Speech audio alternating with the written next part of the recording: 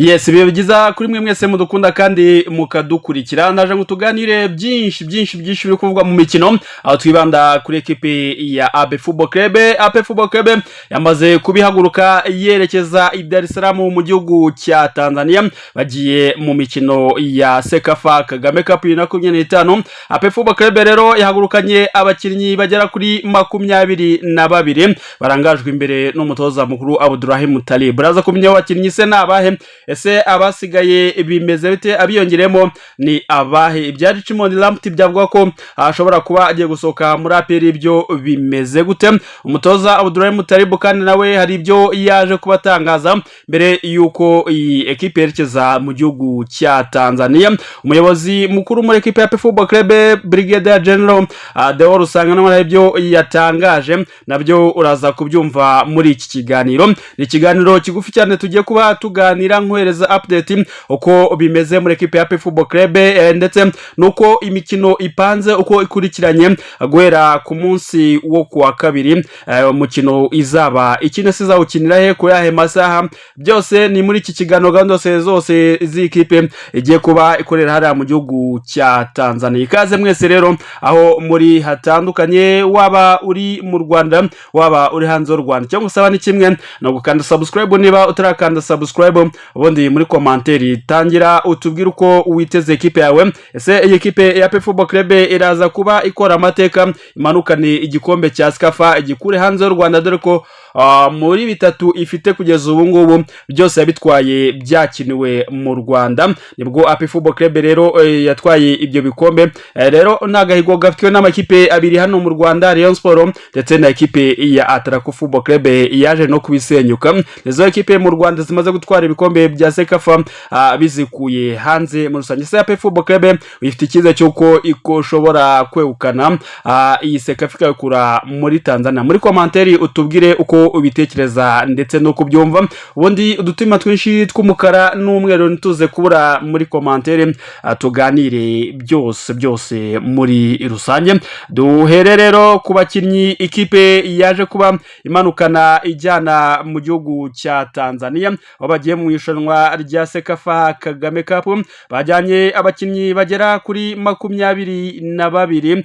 Ubwo muri 22 rero harimo abakinnyi 4 bavuye muri akademi ya ekipe ya Aprfc muri akademi y'Intare. Abagiye rero barimo William Mertogwi, barimo Muhammadu Ramine Ba, barimo Jibril Shehu Watara, barimo Memer Rauf Dao, barimo Ariswane, barimo Richmond Lampti, barimo Seidu Dauda Yusufu, barimo Iraguha Haji, barimo Bugingo Hakimu, barimo Nimbizi Ramadhani, harimo Nigena Clement, harimo Nshimimana Yunusu, harimo Ruboneka Jean Bosco, harimo Byiringiro Jean Gilbert, barimo Ngabanziza Pacifique, harimo Ruhamyanyiko Ivan umuzamu, harimo Hakizimana Adolphe naye n'umuzamu, akaza Bugingo Hakimu Kiwanuka ni umukinnyi w'umugande, akaza Nshimiye Umukiza Claude ni umukinnyi w'Intare, akaza Bonke Shaka ni umukinnyi w'Intare, akaza Niyo Nkuru Idi na Niyibizi Eric. Abo n'abakinnyi 4 ba equipe y'akademi ya Intare, akademi ka equipe ya Aprfc.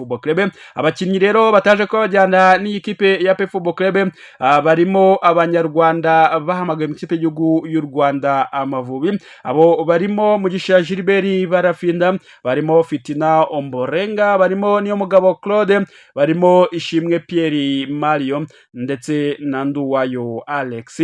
Bahamagaye mu ikipe y'igihugu rero y'u Rwanda Amavubi. Abo kandi bakiyongeraho abandi basigaye barimo Denis Omedi ndetse na Ronald Sekiganda, bahamagaye mu ikipe y'igihugu ya Uganda Cranes ndetse na Rutezamu Mamadusi werekeje mu ikipe y'igihugu ya Mauritania. Nibo bakinnyi rero bagera ku 8 batagenye ni ekipe ya Aprfc. Ekipe yerekeje mu gihugu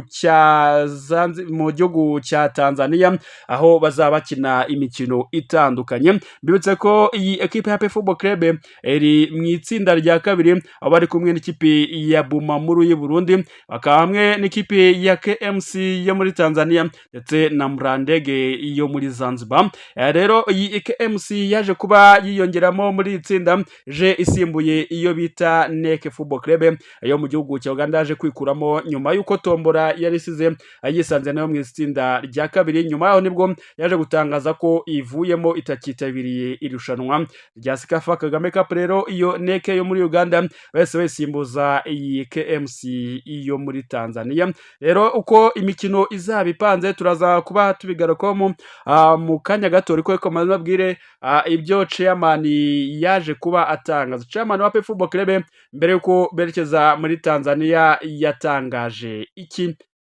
Ariko tutarajya ku magambo ya chairman, reka tubanze turebere gahunda y'imikino muri Sekafa iyi kipe igiye kubikina. Gahunda rero uko ipanze y'imikino muri Sekafa Kagame Cup yamaze gushyirwa hanze, aho ikipe ya Football Club izatangira ura na ikipe ya Amakuru yo mu gihugu cy'u Burundi. Azaba ari ku munsi wo kwa kabiri w'iki cyumweru tugiye gutangira, ni tariki 2 z'ukwezi kwa 9. Azaba ari ku isaha y'isa 11 z'amasaha hano mu Rwanda, bakinire kuri Azam Complex Stadium, stade ekipe ya Azam Football Club. Ari nawo mukino rukumbi wo mu matsinda ikipe ya Football Club izaba yakinira, kikaba kimwe rero muri bibiri bizaberaho irushanwa aho kuba bitatu nkuko byari byatangajwe mbere ubwo hakorwaga tombora y'irushanwa. No kuvuga ko ibibuga bizakinirwaho iyi mikino z'agafa ari iki kibuga cya Azam Complex ndetse na stade Amani hariya muri Zanzibar. Ibyo bibuga bibiri bizakoreshwa. Rero ikindi nababgarukagaho kare nuko Neke muri Uganda itakitabiriye irushanwa, yamaze kwisimbuzwa na KMC. Ikindi ukwiye kumenya nuko ekipe ya KMC yo muri Tanzania izaba ari nayo zihura na Aperi ku munsi wa nyuma w'amatsinda, azaba ari itariki ya 8 Nzeri cyase ku itariki ya 8 z'ukwezi kwa 9. Muri rusange rero mbabwire gahunda uko iteye mu buryo bugororotse. Kwa kabiri tariki ya 2 z'ukwezi kwa 9 ku isaha 9 kuri Azam Complex ya Football Club izaba ikina na Bumamuru. Mu gihe ku munsi wo kwa gatanu ndi w'iki cyumwe tujye kuba dutangira, ekipe ya Football Club izaba ikina na Murandege, kwa zaba ari ku isaha y'isa 6 za Kigali, ari saa 6 z'amanywa. Mu gihe ku munsi wo kwa mbere tariki ya 8 bwo imikino y'amatsinda izaba isozwa, Football Club ku isaha y'isa 9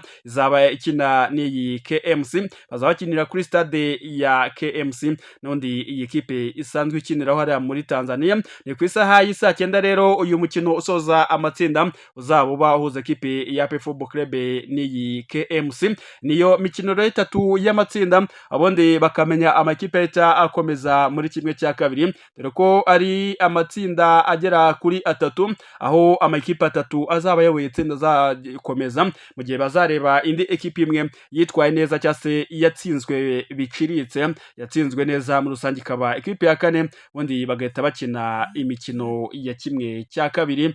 Muri rusange ya Football Club rero nitwara neza ikarenga amatsinda nakabuza izagera muri kimwe cya kabiri, ubundi ibe yanagera kuri finale cyase ku mukino wa nyuma, bizanatuma itinzamo ku mikino ya shampiyona, bitewe nuko iyi ekipe izaba ikiri muri imikino ya Sekafa Kagame Cup, bigatuma rero umukino wabo na ekipe ya Marine umukino ufungura uzaba udakinwa ku itariki ya 14 uko Rwanda Premier League yaje kuba ibishyira hanze.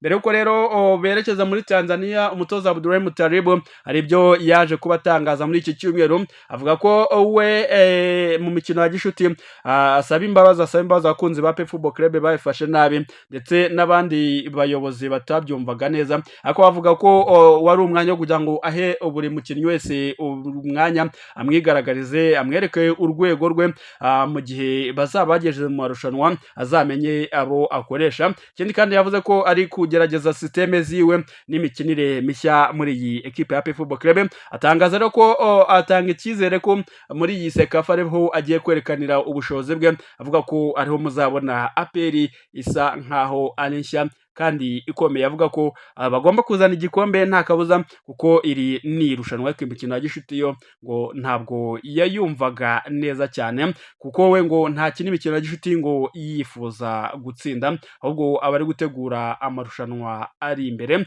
Ayo ni amagambo ya Abdulrahim Talib mbere ko yerekeza mu gihugu cya Tanzania mu mujyi wa Dar es Salaam aho baza kuba barara bageze kuri uyu munsi mu gihe ku munsi wo kuwa mbere bagomba cyangwa se kuri uwa mbere bakora imyitozo bitegura umukino wo kwa kabiri ku isaha y'isa 11 bakina na ekipe ya Bumamuru yo mu gihugu cy'u Burundi. Rero chairman wa Aprfc nawe ku munsi w'ejo yatangaje byinshi avuga ko nubwo abakunzi ba Aprfc bafite ubwoba bwa piramide ariko si ubwa mbere yabikuyemo ikipe y'igihanganye kandi n'ubu yizeye ko bizaba. Aprfc rero bitse ko izahura na piramide yo mu Misiri mu ijonja ry'abanze rya CAF Champions League mukino ubanza ukazabera Kigali ya mbere z'ukwezi kwa 10 mu gihe umukino kwishyuza nyuma y'iminsi neteki ya 5 z'ukwezi kwa 10.